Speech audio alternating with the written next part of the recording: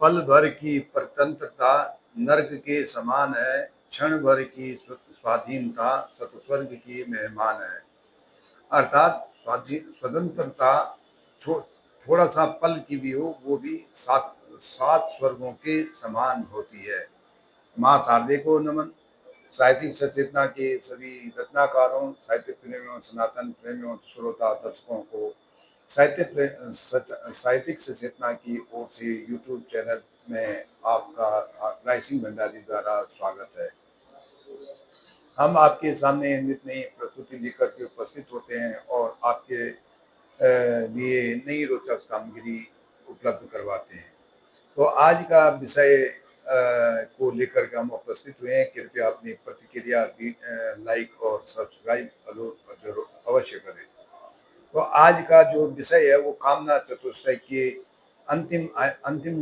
चौथा आयाम जो स्वतंत्रता है उसके बारे में आपसे जानकारी देंगे, प्रदान करेंगे। स्वतंत्रता की अवधारणा। वैसे तो स्वतंत्रता का मतलब होता है स्वाधीनता या फ्री या छूट छूट देना या मुक्त होना। लेकिन सनातन धर्म में यह थोड़ा अलग है। समस्त प्राणी पंच तत्वों से बने हैं, ये सबको विदित है, जिसमें आकाश, वायु, अग्नि, जल और पृथ्वी समाहित हैं। उनमें से वायु तत्व से कामना का भाव उत्पन्न होता है। कामना चार आयामी होती है, जो मानव के देह की संरचना के आधार पर विभक्त है। चार जो कामना के जो चार चरण हैं वो है सुरक्षा, सम्मान, सुख और स्वतंत्रता। तो तन, मन और हृदय और आत्मा में से चार आयाम उसी प्रकार कामना के चार आयाम होते हैं, जो तन से सुरक्षा, मन से सम्मान, हृदय से सुख और आत्मा से स्वतंत्रता का उदय होता है। स्वतंत्रता और आत्मा का संबंध। तन को सुरक्षा चाहिए, जो मृत्यु और कष्टों के भय उसमें बना रहता है, तो वह तन सदा सुरक्षा की कामना करता है और इन दोनों से हमेशा दूर होने की कोशिश करता है, कष्ट और मृत्यु से दूर होने की कामना करता है। उसी प्रकार से मन भी सम्मान की कामना करता है, उसे अपने सम्मान को खोने का भय रहता है और वह हमेशा चाहता है कि उसका वह हमेशा कामना करता है कि समाज में उसका नाम हो और समाज उसे आदर और सम्मान दे। हृदय भी सदा सुख की कामना करता है, चाहे वो संतान की सुख हो, धन का सुख हो, पद प्रतिष्ठा का सुख हो।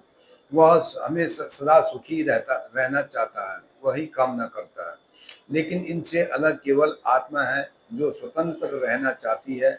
यह पांच विकारों, पांच दोषों, पांच दंडों और पांच अपराधों से मुक्त रहना चाहती है। इसे उसे माया ममता से कोई संबंध नहीं रहता है।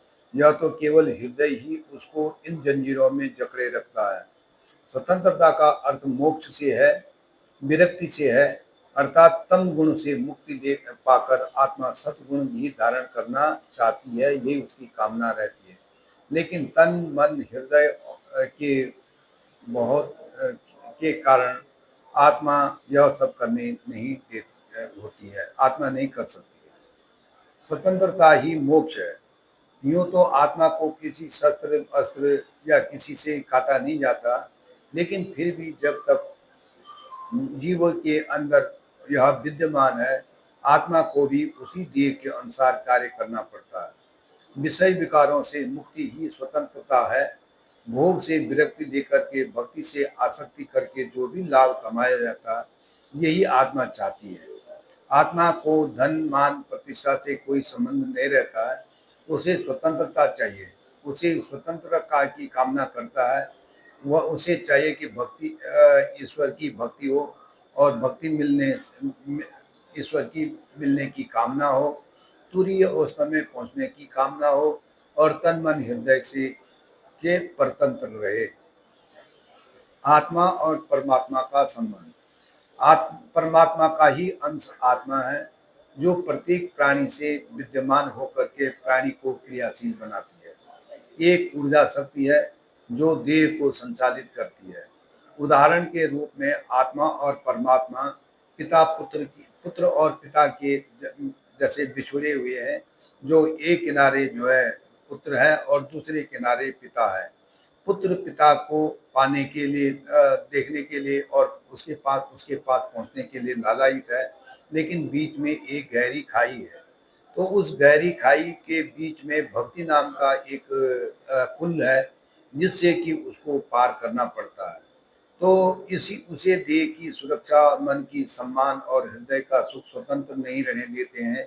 इसमें 5 विकार, 5 दोष, 5 दंड आदि रहते हैं, जिसके 5 अपराध रहते हैं, जिसके कारण आत्मा स्वतंत्रता प्राप्त करके 84 लाख योनियों में भटकती रहती है। जिस दिन आत्मा को तन मन हृदय से पूर्ण स्वतंत्रता मिल जाएगी, आत्मा अवश्य अपने प्रभु को खोजकर उसी में समाहित हो जाएगी। यही मोक्ष है, यही वास्तविक स्वतंत्रता है।